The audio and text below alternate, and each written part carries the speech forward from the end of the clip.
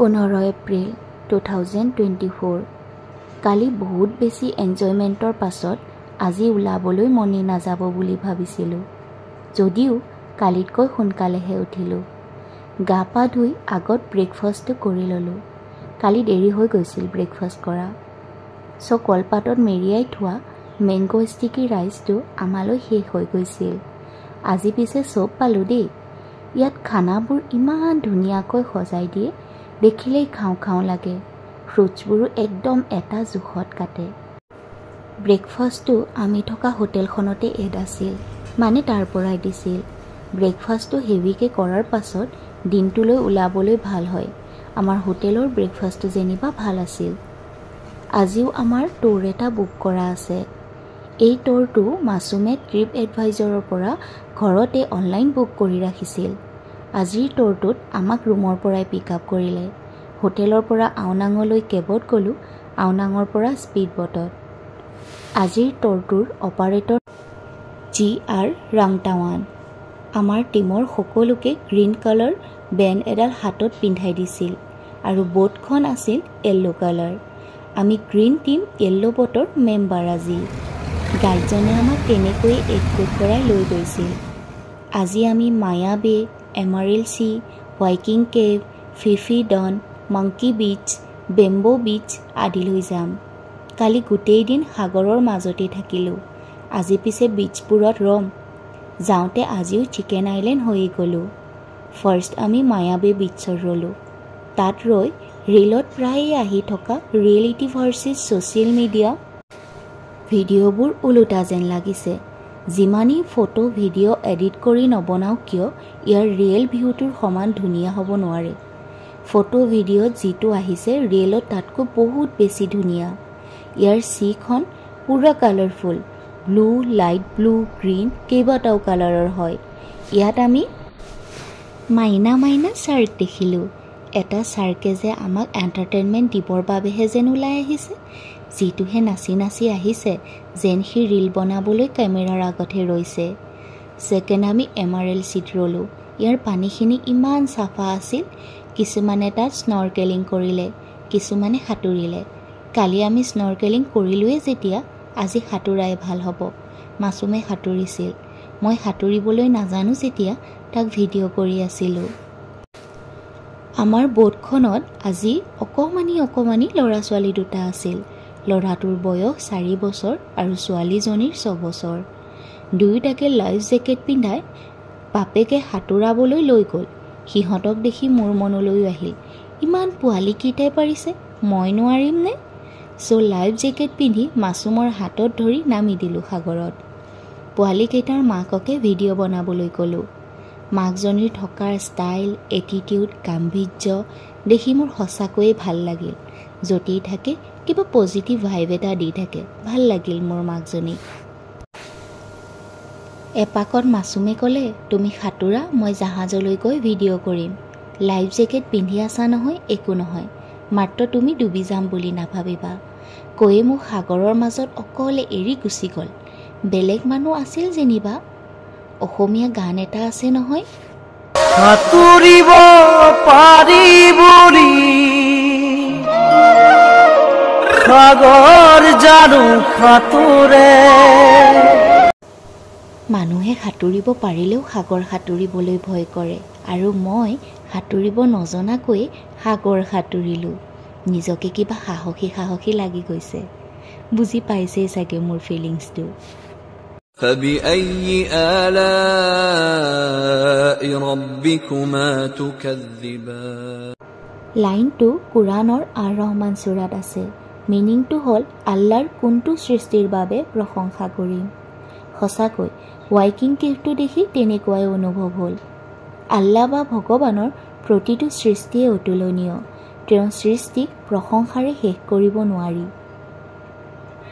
গৈ থাকোঁতে আমাক গাইডজনে থাই লেংগুৱেজ শিকাই গৈছিল এটা কথা যে মোৰ বৰ জমনি লাগিল দেই আই মানে হেনো ধুনীয়া বৰ ভাল লাগিছে এনেকুৱা বুজায় কিন্তু সেইটো যদি টিউনটো নিদি আই বুলি কয় তেন্তে ইমান ভাল লগা নাই এনেকুৱা বুজায় কেৱল টিউনটোতে তাৰ মিনিংটো অপজিট হৈ যায় লাঞ্চটো আমি ফিফি ডনত কৰিলোঁ। আমাৰ ট'ৰটোতে খানা এড আছিল, বেলেগকৈ কিনি খাব লগা হোৱা নাই। আমাক লেংগুৱেজ শিকাওঁতে কৈছিল যদি খানাত স্পাইচি লাগে তেন্তে থাই ভাষাত পেট পেট কয়, আৰু যদি নালাগে তেন্তে মাই পেট বুলি ক'ব লাগে। কিন্তু গৰম আৰু পানীত ট্ৰেভেল কৰাক প্ৰাধান্য দি গাইডজনে আমাক স্পাইচি খানা ল'বলৈ মনা কৰিলে। চ' থাইৰ স্পাইচি খানা খোৱাৰ কৌতূহলটো আজিলৈ থাকি গ'ল। স্পাইচি নাছিল যদিও খানাবোৰ টেষ্টি আছিল। খাই বৈ উঠি টোপনিহে যাব মন গৈছিল। নাৱত দুলি দুলি সাগৰৰ মাজত টোপনি গৈ কমটো মজা লাগিবনে? কিন্তু টোপনিৰ মজা ল'বলৈ গ'লে বাকী এনজয়মেণ্টখিনি মিছ কৰি দিম। চ' টোপনিক এভইড কৰি চকু মেলি আগবাঢ়িলোঁ। আমাৰ নেক্সট গন্তব্যস্থান মাংকি বিচলৈ। মাংকি বিচত হেনো ডাঙৰ ডাঙৰ শ্বাৰ্ক দেখা পায়। পিছে তাৰ বাবে প্ৰায় 20 মিনিটমান সাঁতুৰি যাব লাগিব। গতিকে সাঁতুৰিব নজনা মইজনীৰ বাবে শ্বাৰ্ক চোৱাৰ আশাত চেঁচা পানী পৰিল। একো নাই বাৰু, মই বেবী শ্বাৰ্ক দেখিলোঁ নহয় মায়াবীত, মোৰ বাবে সেয়াই যথেষ্ট। ডাঙৰ শ্বাৰ্ক নাচালেও হ'ব। মাংকি বিচ পায়ে মাছুম শ্বাৰ্ক চাবলৈ ওলাল। 4 বছৰীয়া ল'ৰা এটাও আছিল বুলি কৈছিলোঁ নহয়, তাকো শ্বাৰ্ক চাব যাব লাগে। বাপেকে নিনিয়াত ইমান কান্দিছে সি। বায়েকজনীয়ে আকৌ পূৰা খেলিলে বিচত। মই সিহঁতৰ লগতে ৰ'লোঁ। পোৱালিটোক বান্দৰ দেখাইহে কন্দা বন্ধ কৰিব পাৰিলে। আমিতো বান্দৰ য'তে ত'তে দেখি থাকোঁ, চ' বান্দৰৰ প্ৰতি বিশেষ ইণ্টাৰেষ্ট নাই যদিও চবৰে এক্সাইটমেণ্টটো দেখি ময়ো অকণমান ভিডিঅ' কৰি থলোঁ। যি কি নহওক, এয়া থাইলেণ্ডৰ বান্দৰ আকৌ। অলপ দেৰি পিছত দেখিলোঁ মাছুম অকলে ঘূৰি আহিছে। সি বেছি দূৰ যাব নোৱাৰিলে। তাৰ স্নৰ্কেলিং মাস্কখনৰ এটা ছাইড খোল খাই গ'ল আৰু লগতে ঢৌও বেছি আছিল। ওচৰতে থকা আইলেণ্ড এটাৰ শিল এটুকুৰাত ধৰি অলপ টাইম ৰৈ সি যেনে তেনে ঘূৰি আহিছে। তথাপিও ইমানখিনি কষ্ট এনেই নগ'ল যেনিবা। শ্বাৰ্ক এটা দেখা পালে সি, কিন্তু জেলিফিছে ভালদৰে এসেকা দিলে আৰু ক'ৰবাত লাগি হাতত কাটিলেও তাৰ। গ্ৰুপৰ বাকী কেইজন দলে বলে গৈ শব্দ কৰাত শ্বাৰ্কবোৰ গুচি গ'ল। চ' 2-এজনেহে শ্বাৰ্ক দেখিলে, কিন্তু জেলিফিছে কাকো নেৰিলে। সৰু ল'ৰা ছোৱালী লৈ আহিছে যেতিয়া পোৱালীকেইটাৰ মাকজনীৰ লগত স্প্ৰে এটা আছিল, চবকে লগাই দিলে। তেনেকুৱাতে বাপেকজন বটলৈ উঠি অহা দেখি 4 বছৰীয়া ল'ৰাটোৱে আগত বাপেকক ভৰিৰ পৰা মূৰলৈ অবজাৰ্ভ কৰি লৈছে। সেই সৰু ল'ৰাটোৰ বাপেকৰ প্ৰতি চিন্তা দেখি বুজিলোঁ অকল মাক বাপেকৰে ল'ৰা ছোৱালীৰ প্ৰতি চিন্তা নাথাকে, ল'ৰা ছোৱালীৰো মাক বাপেকৰ প্ৰতি সমানেই চিন্তা থাকে। বাপেকজনক আকৌ জেলিফিছে উঠতে লিপ কিছ কৰি দিলে। ভাগ্য ভাল, ইয়াত জেলিফিছ লাগিলে পেচাব কৰি দিব লগা প্ৰথাটো নাই। গাইডজনে চবকে ভিনেগাৰ লগাব দিলে। ভিনেগাৰ লগাই জেলিফিছে দিয়া বিষক আওকাণ কৰি পুনৰ হাঁহি ধেমালিৰে আগবাঢ়িল আমাৰ বোটখন। এইবাৰ বেম্বো বিচত ৰ'লোঁ। তাতে হেল্থ কেয়াৰ চেণ্টাৰটো দেখি মাছুমৰ কটা ডোখৰত বেণ্ডেজ লগাবলৈ সোমালোঁ। তাত মানুহেই নাই। পিছত ওচৰতে থকা কাৰোবাক সোধাত ছোৱালী দুজনীয়ে আহি তাক বেণ্ডেজ লগাই দিলে। অচিন ঠাইত চব অচিনাকি মানুহ, কিন্তু এজনে আনজনক কৰা এনেধৰণৰ নিস্বাৰ্থ হেল্পবোৰ দেখি ভাল লাগিল। আমাৰ লগৰবোৰৰ কিছুমানে সাঁতুৰিলে। আমি ইয়াত একো নকৰি বিচত হুৱাই বলি থকা বতাহজাকৰ আমেজ ল'লোঁ। আজিৰ ট'ৰটো ইমানেই আছিল, গতিকে আমাৰ নাওখন আগবাঢ়িল উভটনিৰ দিশে। নাওখনে আমাক আওনাঙত নমাই দিলে। তাৰ পৰা কেবত আহিলোঁ। আমাৰ কেবখনতে আকৌ সেই সৰু ল'ৰা ছোৱালী দুটাৰ সৈতে যোৱা ফেমিলিটোও আছিল। সিহঁতৰ লগত ইটো সিটো কথা পাতি পাতি হোটেল পালোহি। প্ৰায় সন্ধিয়াই হৈছিল হোটেল পাওঁতে।